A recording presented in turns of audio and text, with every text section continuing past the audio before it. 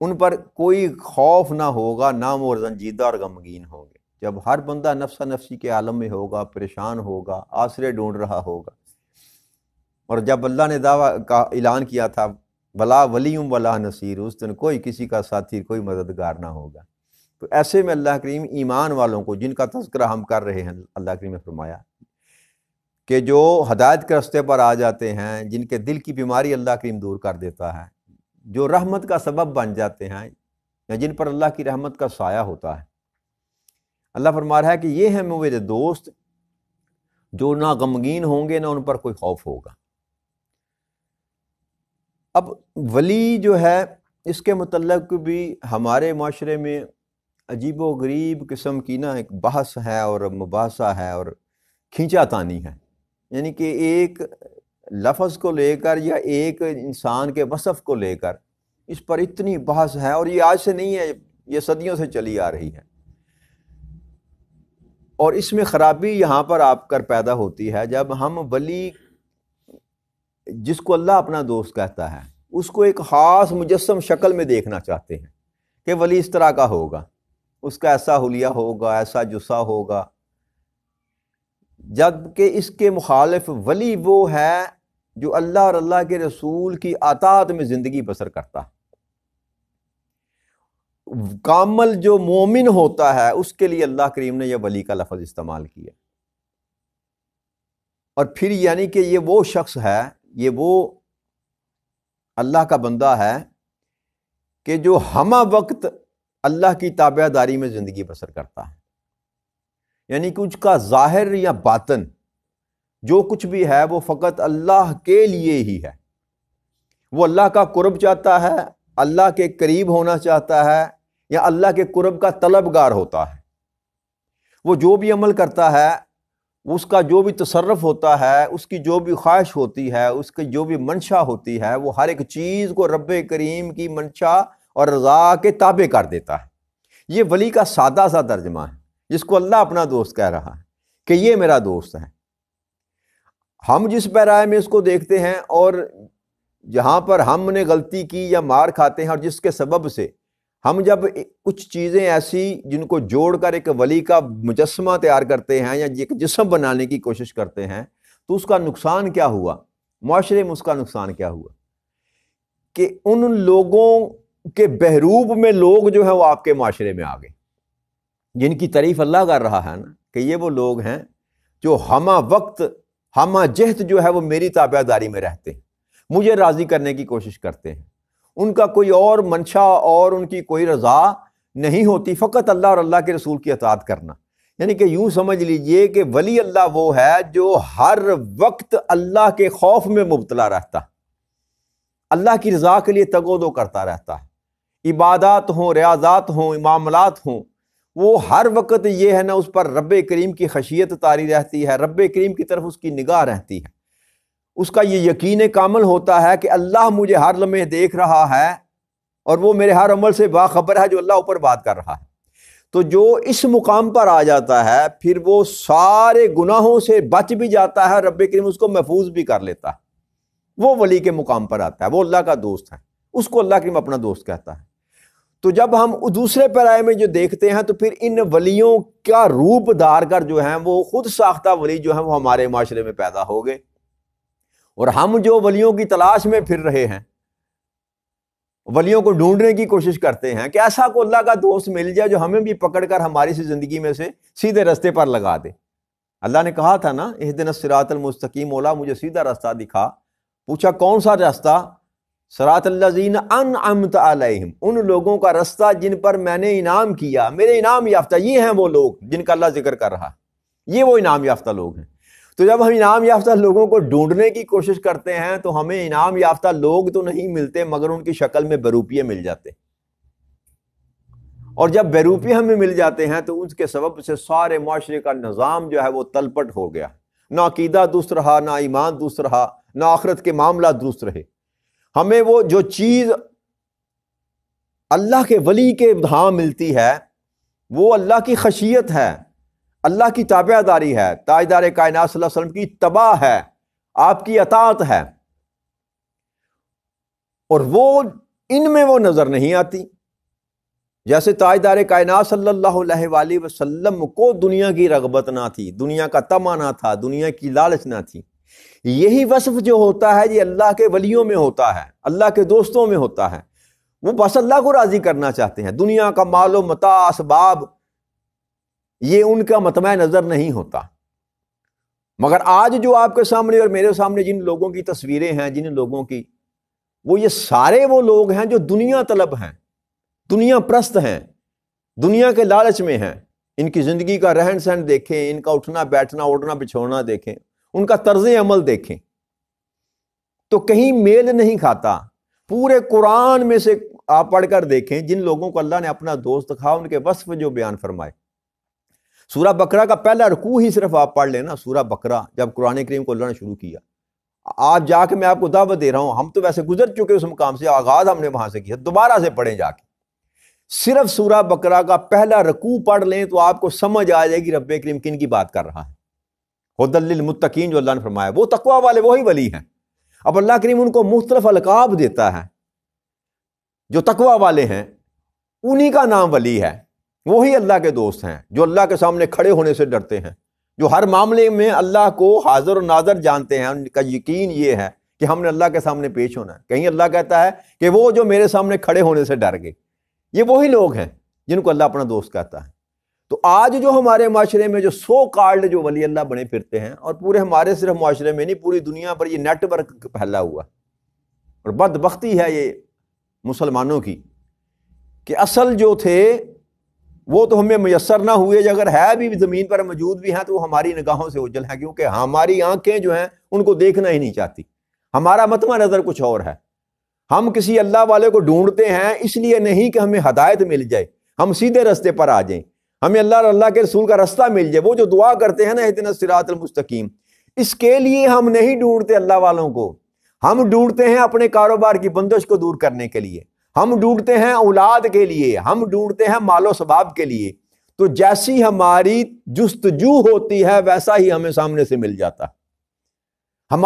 ہم دنیا کے لیے جب طلب کرتے ہیں، دنیا مانگنے کے لیے نکلتے ہیں، تو ہمارے سامنے جو آتا ہے وہ بھی دنیا کا طالب اور حریص ہوتا ہے۔ اس سبب سے ہمارا جو ہے نا سارے کا سارا معاملہ تلپٹ ہے۔ آپ اپنے دائیں بائیں آگے پیچھے نظر دوڑا کر دیکھیں، آپ کو ہر گلی ہر محلے میں جو ہے آپ کو بے روپیہ نظر آ جائے گا، جس نے دین کا لبادہ اڑا ہوا ہے، دین کے نام پر جو ہے آپ کا مال بٹور رہا ہے، آپ کی جیبیں خالی کر رہا ہے۔ ان کا کوئی تعلق اللہ کی ولایت سے نہیں ہے، یہ قطعاً اللہ کے دوست نہیں ہے۔ جو تارک الصلاۃ ہے نا، یاد رکھیے گا، جو بندہ نماز نہیں پڑھتا اس کا دین کے ساتھ کیا تعلق؟ جو نماز نہیں پڑھ سکتا وہ مسلمان کیسا ہے، اور پھر اللہ کا دوست کیوں کر ہو سکتا ہے؟ اور یاد رکھیے گا ایک اور بات، یہ اپنے پلے باندھ لیجیے گا اس بات کو۔ بعض لوگ یہ کہتے ہیں کہ ہماری نمازیں ہو جاتی ہیں، جی یہ جو سو کالڈ پیران قرآن ہے نا، یہ نماز نہیں پڑھتے، کہتے ہیں ہم مکے پڑھ آتے ہیں، ہم مدینے پڑھ آتے ہیں۔ اس طرح کی میں نے کلام سنا، لوگوں کے سنا ہے۔ نماز ظاہری عمل ہے، باطنی عمل نہیں ہے، یاد رکھیے گا۔ نماز ظاہری عمل ہے، باطنی عمل نہیں ہے۔ آپ کو کھڑا ہونا پڑتا ہے آ کر، اور مخصوص جو ہے آپ کو حرکات و سکنات کرنی پڑتے ہیں، تب آپ کی نماز مکمل ہوتی ہے۔ یہ باطن میں نہیں ہو سکتی کہ آپ کھڑے بھی نہ ہوں، آپ تکبیر تحویلہ بھی نہ کہیں، قیام بھی نہ کریں، رکوع بھی نہ کریں، سجدہ بھی نہ کریں، اور کہیں ہماری نماز ہو گئی ہے۔ ایسی نماز نہ تاجدار کائنات صلی اللہ علیہ وسلم نے پڑھی، نہ بتلائی، نہ سمجھائی، نہ دین محمد میں ایسی کوئی نماز موجود ہے۔ لہذا جو بندہ تارک الصلاۃ ہے وہ سب کچھ ہو سکتا ہے، اللہ کا دوست نہیں ہو سکتا۔ اور جو دنیا کے لالچ میں پڑا ہوا ہے، دنیا کٹھی کر رہا ہے، وہ اللہ کا دوست نہیں ہو سکتا۔ کیوں؟ نبی اکرم صلی اللہ علیہ وسلم کی حدیث مبارکہ آپ نے فرمایا، یہ دنیا تو ہے ہی مومن کے لیے قید خانہ۔ تو قیدی بھی کبھی قید خانے میں خوش رہتا ہے، یا قیدی جو مال و ثواب اکٹھا کرتا ہے قید خانے میں، یہ مومن کے لیے قید خانہ ہے۔ اور مومن کی کاملیت، جو مومن کی کاملیت ہے نا، اس جب کاملیت کے مقام پر پہنچتا ہے تو وہ اللہ کا دوست بنتا ہے۔ ہم جو ہے نا، ہمیں بلایا گیا، پھسلایا گیا، اور یہ شیطان کی چال ہے، اس نے ہمیں غلط راستے پر ڈال دیا۔ وہ جو اللہ نے کہا تھا نا، ان کے راستے پر نہیں جو گمراہ ہوئے، وَلَا الضَّالِّينَ، ان کے راستے پر نہیں جو گمراہ ہو گئے۔ ہماری بدبختی یہ ہے کہ ہم ان کے رستے پر چلے گئے جو گمراہ ہو گئے. خود بھی گمراہ ہوا, خود بھی وہ رستے سے بٹکا ہوا ہے, خود بھی اس کو رستے اللہ کے رسول کے رستے کا علم نہیں ہے, ہم بھی اس کے پیچھے چل کر اسی گمراہی کے رستے پر چل رہے ہیں. تو اگر ہم یہ چاہتے ہیں نا کہ ہم ہدایت پر آئیں, تو پھر ہمیں اسی رستے پر چلنا پڑے گا جو رستہ تاجدار کائنات صلی اللہ علیہ وسلم نے ہمیں بتایا. نماز کو چھوڑ کر, روزے کو چھوڑ کر, قرآن کا تعلق چھوڑ کر, نیک اعمال کو چھوڑ کر, کوئی شارٹ کٹ, جیسے میں نے آپ سے بار بار عرض کی نا, کوئی شارٹ کٹ دین محمدی صلی اللہ علیہ وسلم میں ہے ہی کوئی نہیں. ان اعمال کو چھوڑ کر جن کی ترکیب اللہ کریم بتا رہا ہے آپ کو, الذین یؤمنون بالغیب ویقیمون الصلاۃ, دو صفتیں پہلی رب کریم نے جو بیان فرمائی, وہ جو غیب پر ایمان لے کر آتا ہے, جو مانتا ہے اللہ بھی ہے, اللہ کا رسول بھی ہے, کتابیں بھی ہیں, فرشتے بھی ہیں, آخرت کا معاملہ بھی ہے, جنت بھی ہے, دوزخ بھی ہے, جو کچھ میرا محبوب بیان فرما رہا ہے جو آپ کی آنکھوں کے سامنے نہیں ہے, اس پر ایمان لے کر آتا ہے, پہلی کا بات. اور دوسرا نماز قائم کرتا ہے. تو جو بنیادی جو بات رب کریم نے جہاں سے ایمان والے یا تقوی والے کی بات شروع کی, غیب پر ایمان لانے کے بعد سب سے پہلی جو بات رب کریم نے کی وہ نماز پڑھنا ہے, نماز قائم کرنا ہے. تو جو نماز کی فکر نہیں کرتا, وہ اس کا تو مسلمان ہونے میں شک کیا جا سکتا ہے, ولایت کے درجے پر پہنچنا تو بڑی عجیب سی بات. اور دوسرا ایک اس کا اور پہلو ہے جو اس سے بھی زیادہ جو ہے نا, کیا کہا جا سکتا ہے, یعنی کہ جب ہم ضد پر آتے ہیں تو ہم اولیاء کا بھی انکار کرنا شروع کر, ہم کہتے ہیں یہ ولی اللہ نام کی کوئی چیز ہے ہی نہیں. ایک طبقہ وہ بھی ہمارے ہاں موجود پایا جاتا ہے جو کہتے ہیں کہ یہ ان لوگوں کا وجود ہی کوئی نہیں. جب قرآن کہہ رہا ہے کہ یہ میرے دوست جو ہیں ان پر اس دن کوئی خوف یا غم, بھئی یہاں تو ہم کہتے ہیں نا یہ آیا مبارکہ جتنی دفعہ بھی قرآن کریم میں آئی نا اولیاء اللہ کے متعلق, یہ وہاں کی ہی بات کی جا رہی ہے, وہاں کے خوف اور غم کی بات کی جا رہی ہے. دنیا میں تو ساری آزمائشیں انسانوں پر آتی ہیں نا, اور جو میں نے عرض کی تھی آپ سے, جس قدر جتنا زیادہ رب کریم کے قریب آنے کی کوشش کرتا ہے اتنی آزمائشیں زیادہ آتی ہیں. اگر یہ ترجمہ لے لیا جائے نا کہ اللہ کے ولیوں پر زمین پر کوئی خوف اور غم نہیں ہوتا, تو یہ برابر بیٹھتا ہی نہیں, کیونکہ جتنے نبی تھے وہ اللہ کے دوست بھی تھے, سب سے بڑے دوست اللہ کے وہ ہیں. نبوت کا تو ان کو اللہ نے منصب عطا فرمایا نا, اصلا حقیقتاً تو وہ اللہ کے دوست ہیں.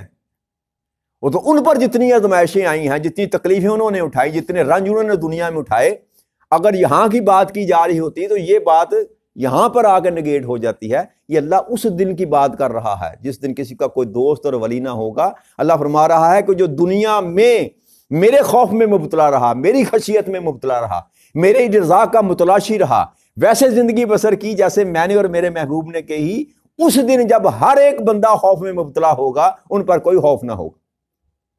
جہنم کی آگ کا خوف, اللہ کے عدل کا خوف, اللہ کی سزا کا خوف, یہ سارے خوف جو ہیں ان لوگوں سے اللہ کریم ہٹا دے گا جو اللہ کے دوست ہیں, جنہوں نے دنیا اللہ اور اللہ کے رسول کے مطابق بسر کی. اور پھر کوئی غم نہ ہوگا وہاں, کوئی رنجیدہ نہ ہوگا, کوئی پریشانی نہیں ہوگی, پشیمانی نہیں ہوگی, بس فرحت ہی فرحت ہوگی. تو یہ مقام ان لوگوں کا ہے, یہ بیروپیوں کا نہیں ہے. ان کی تو دنیا بھی خراب اور آخرت بھی خراب. یہ وہ لوگ ہیں حقیقت میں جو اللہ کے سامنے کھڑے ہونے سے ڈرتے نہیں ہیں, جن کا اللہ ذکر کرتا ہے نا, اگر انسان کو یہ پتا ہو کہ میرا مالک ہے اور اس نے مجھ سے پوچھنا ہے کہ یہ تم کیا عمل کر رہے, اللہ فرما رہا ہے کہ ذرہ برابر بھی کوئی چیز مجھ سے مخفی نہیں ہے, پوشیدہ نہیں ہے. تو یہ بدبخت لوگ جو یہاں پر دین کا لبادہ اوڑھ کر لوگوں کو خراب کر رہے ہیں, پریشان کر رہے ہیں, گمراہ کر رہے ہیں, بلکہ یہاں تک کہ کفر اور شرک کی جو ہے نا باؤنڈری پر کھڑا کر دیا انہوں نے مسلمانوں کو. تو ان کا یہاں بلا ہونا ہے, بولے مال کما لیں, جتنا مرضی مال کما لیں, نہ دنیا میں ان کا بلا ہونا ہے اور نہ آخرت میں. تو بڑکا ہی کہتے ہیں پھاڑ کر پھینک دے نا, کہ یہ لوگ جنہوں نے دین کا تماشا بنایا ہوا ہے, اللہ کریم ان کے ساتھ کوئی ایسا معاملہ کرے گا نا. اللہ نے صاف بتا دیا, جو میرے دوست ہیں نا, بس خبردار, خبردار یاد رکھنا, بس وہ میرے دوست ہیں, ان پر کوئی خوف اور کوئی حزن نہیں ہوگا. تو جو ہیں اللہ کے دشمن, اللہ کے دین کے دشمن, تاجدار کائنات صلی اللہ علیہ وسلم کے دین کے دشمن, وہ سارے خوف, ساری مصیبتیں, سارے غم, سارے رنج, وہ ان کے لیے اللہ کریم نے وہاں پر رکھے ہوئے, جو خود ساختہ اپنے آپ کو ولی اللہ بنا کر بیٹھے ہیں. ولی اللہ بننے سے کوئی نہیں بنتا, یاد رکھیں. وہ بس جس کو چاہتا ہے وہ کہتا ہے میں چن لیتا ہوں۔ یہ اللہ کے چنیدہ لوگ ہوتے ہیں، چاہے نبی ہو چاہے ولی ہو، یہ اللہ کے چنیدہ لوگ ہوتے ہیں۔ اور نبی اکرم صلی اللہ علیہ وسلم سے جب پوچھا گیا کہ اللہ کے حبیب یہ اللہ کے اولیاء اللہ جن کو اللہ کہہ رہے ہیں یہ کون لوگ ہیں، آپ نے فرمایا یہ وہ لوگ ہیں جن کو دیکھیں تو خدا یاد آ جائے۔